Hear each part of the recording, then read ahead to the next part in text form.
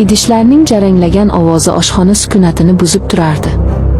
Anvarim Toshkentga ketganiga 1 oy bo'ldi. 1 oy men uchun go'yo bir asrdek o'tdi. Dastlab vaqt tez o'tayotgandek edi, ammo endi har bir kun, har bir soat cho'zilib, asablarimni tarang tortardi. Qizim, choy damlab keling, boshim qattiq og'riyapti. Qaynonamning xonasidan kelgan ovoz meni xayollarimdan chalg'itdi. Xo'p bo'ladi, oyijon, deb javob berdim-u, choynakni gazga qo'ydim. Shu payt orqamdan kelgan qadam tovushlaridan seskanib ketdim. Qarashga ulgurmadim hamki yelkamdan kimdir ushladi. Qaynotam. Charchamadingmi, qizim? Uning ovozi har doimgidek bosiq, ammo negadir bugun boshqacha eshitildi. Yoki menga shunday tuyulayotganmidi? Yo'q, ota, rahmat. Hozir onamga choy damlayotgandim, dedim imkon qadar xotirjam ko'rinishga harakat qilib. Uning qo'li haligacha yelkamda turardi. Bu oddiy holdek tuyulishi mumkin edi, axir u menga ota qatori. Ammo vujudim beixtiyor taranglashdi. Uning barmog'i ro'molim chetidan chiqib turgan, sochim tolasini sekin silagandek bo'ldi. Yoki bu ham shunchaki tasodifmi? Ha, oying ham ancha tobi yo'q. Sen borsan baxtimizga, dedi u va nihoyat qo'lini oldi. Men yengil nafas oldim. Anvarjon telefon qildimi? Ha, kecha gaplashdik. Ishlari ko'p ekan. Erkak kishining ishi ko'p bo'ladi-da. Lekin yosh kelinni yolg'iz tashlab ketish ham yaxshi emas. Sen bu yerda zerikib qolayapsan. Uning so'zlarida qandaydir yashirin ma'no bor edi. U mendan nimadir xohlardi. Nima ekanligini tushunmasdim, lekin butun vujudim bilan his qilardim. Yo'q, ota, nega zerikaman? Oyijonim yonimda, siz borsiz. Ishlar bilan vaqt o'tgani bilinmaydi ham, dedim choynakni ko'tarar ekanman. U yo'limni to'sib turardi. Men o'tish uchun chetlanganimda u ham bir qadam yon tomonga yurdi. Yana yo'lim to'sildi. U menga tikilib turardi.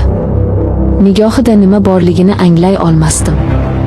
Rahm, shafqatmi? Yoki boshqa narsami? Bu nigohdan tanam muzlab ketdi. Baribir, yolg'izlik yomon, dedi u ovozini biroz pasaytirib. Ko'zlaringda dard bor, qizim. Buni men ko'rib turibman. U qo'lini uzatib yuzimga yaqinlashtirdi. Men bir qadam orqaga tashlashga majbur bo'ldim. Otajon, choy sovib qoladi, dedim bahona qilib va tezda uning yonidan o'tib, qaynonamning xonasiga yo'l oldim. Yuragim gupillab urardi.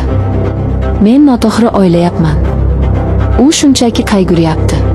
O'zimni shunga ishontirishga harakat qilardim. Kechki ovqat payti yana o'sha holat takrorlandi. Qaynonam dori ichib barvaqt xonasiga kirib ketdi. Biz qaynotam bilan dasturxon atrofida yolg'iz qoldik. Sukunat cho'kdi. Faqat qoshiqlarning likopchalarga urilishidan chiqqan ovoz eshitilardi. Ovqat juda shirin chiqibdi, qo'llaring dard ko'rmasin, dedi u sukunatni buzib. Rahmat, otajon. Osh bo'lsin. U menga sinchkovlik bilan tikilib qaradi. Anvar, sening qadringga yetarmikan o'zi? Bunaqa shirin taomlarni sog'inayotgandir. Albatta sog'inadi, dedim kulimsirashga harakat qilib. Senchi? Sen ham sog'inayapsanmi? Albatta. Qiyin bo'lsa kerak. Yosh bosh bilan erdan uzoqda bo'lish, uning so'zlari yana o'sha mavzuga burildi. U yana mendan nimadir xohlayotgandek edi. Uning maqsadi nima? Meni ayashmi? Yo'q, bu oddiy achinish emasdi. Bu boshqa narsa. Hamma narsaga ko'niksa bo'ladi, otajon, dedim. Suhbatni boshqa tomonga burishga harakat qildim. Bugun qo'shnimizning oxli kelibdi chet eldan. Qo'shnilarni qo'yib, dedi u so'zimni kesib. Gap senda hozir. Anvar bilan gaplashganimda aytaman, xotinini buncha qiynash yaxshi emas deb. U shunday deb menga yaqinlashdi. Men qimir etmay qoldim. Nafasimni ichimga yutdim.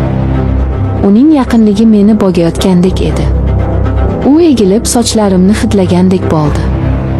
Men bu harakatni aniq his qildim. Sochlaring juda chiroyli, dedi u pichirlab. Uning issiq nafasi bo'ynimga urildi. Keyin u barmoqlarini yelkamga qo'yib, sekin pastga, qo'lim tomonga yurgizdi. Men tosh qotgandim. Qo'rquvdan qanday harakat qilishni bilmasdim. Baqirsammi? Qaynonam eshitadimi? Eshitganda ham nima deyman? Qaynotam sochimni, yelkamni siladi deymanmi? Kulgili eshitiladi. Hech kim menga ishonmaydi. Balki bu shunchaki otalarcha mehrdir. Ammo ichimdagi bir ovoz yo'q. Bu mehr emas deb bong urardi. Ota, dedim titroq ovozda. U qo'lini oldi. Men esa sakrab o'rnimdan turdim va idishlarni yig'ishtirishga tushdim. Qo'llarim qaltirardi. Bir piyola qo'limdan tushib chil-chil sindi. Voy deb yubordim beixtiyor. Ehtiyot bo'l, qizim, qo'lingni kesib olma, dedi u xotirjamlik bilan. Uning yuzida hech qanday o'zgarish yo'q edi. Go'yo hech narsa bo'lmagandek. Balki rostdan ham hech narsa bo'lmagandir. Balki bu mening xayollarimning mahsulidir. O'sha kecha uxlay olmadim. Har bir sharpa, har bir tovushdan cho'chib tushardim. Qaynotamning nigohi, pichirlashi, teginishlari ko'z oldimdan ketmasdi. U mendan nimadir xohlardi. Bu aniq edi. Lekin nima? U ochiqchasiga hech narsa demayapti, faqat imo-ishoralar, ma'noli qarashlar. Bu savollar meni yeb bitirardi. Ertasi kuni o'zimni qo'lga olishga qaror qildim. Balki kecha charchagandirman. Balki Anvarni sog'inganim uchun hamma narsadan yomon ma'no izlayotgandirman. Kun bo'yi o'zimni ish bilan chalg'itdim. Kechki hovlida kir yuvayotgan edim. Qosh qorayib qolgan edi. Hali ham ish qilayapsanmi, qizim?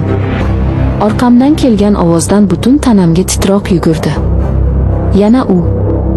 Men unga qarab javob berishga o'zimda kuch topa olmadim. Faqat boshimni egib ishimni qilaverdim. U yonimga kelib chelakni ko'tardi. Bo'ldi, yetar. Kerak emas, otajon, o'zim, dedim. Sen juda zaif ko'rinasan, dedi u chelakni yerga qo'yib. Senga gamxo'rlik kerak. Anvar uzoqda. U senga gamxo'rlik qila olmaydi. U menga juda yaqin keldi. Orqaga chekinishga joy yo'q edi. Orqamda devor. U qo'lini uzatib, ro'molim ostidan chiqib turgan soch tolamni ushladi va barmoqlari orasida aylantira boshladi. Uning ko'zlari galati yonardi. Bu otaning nigohi emasdi. Bu boshqa nigoh edi. Begona, sovuq va talabchan.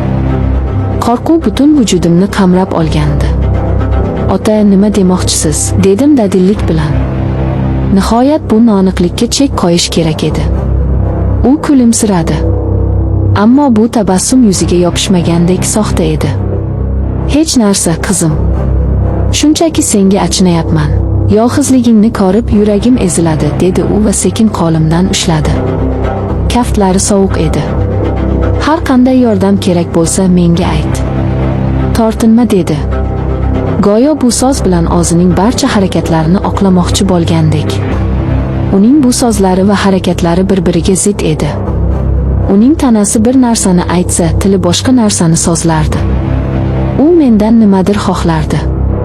U qo'limni qo'yib yubormasdan mahkamroq qisdi. Oyijonni oldiga kiring, otajon. Sizni kutyapti, menimcha, dedim. O'zimni undan tortib olishga harakat qilib. U bir soniya jim qoldi. Keyin sekin qo'limni qo'yib yubordi. Ha, albatta. Borishim kerak, dedi u va hech narsa bo'lmagandek ichkariga kirib ketdi. Men devorga suyanib qoldim. Oyoqlarimda mador yo'q edi. Ko'z yoshlarim yuzimni yuvardi. Anvarga telefon qilsammi? Nima deyman? U ishonadimi? Endi men bu uydagi har bir soyadan, har bir tovushdan qo'rqardim. Chunki u mendan nimadir xohlardi. Va men bu nimadir nima ekanligini anglab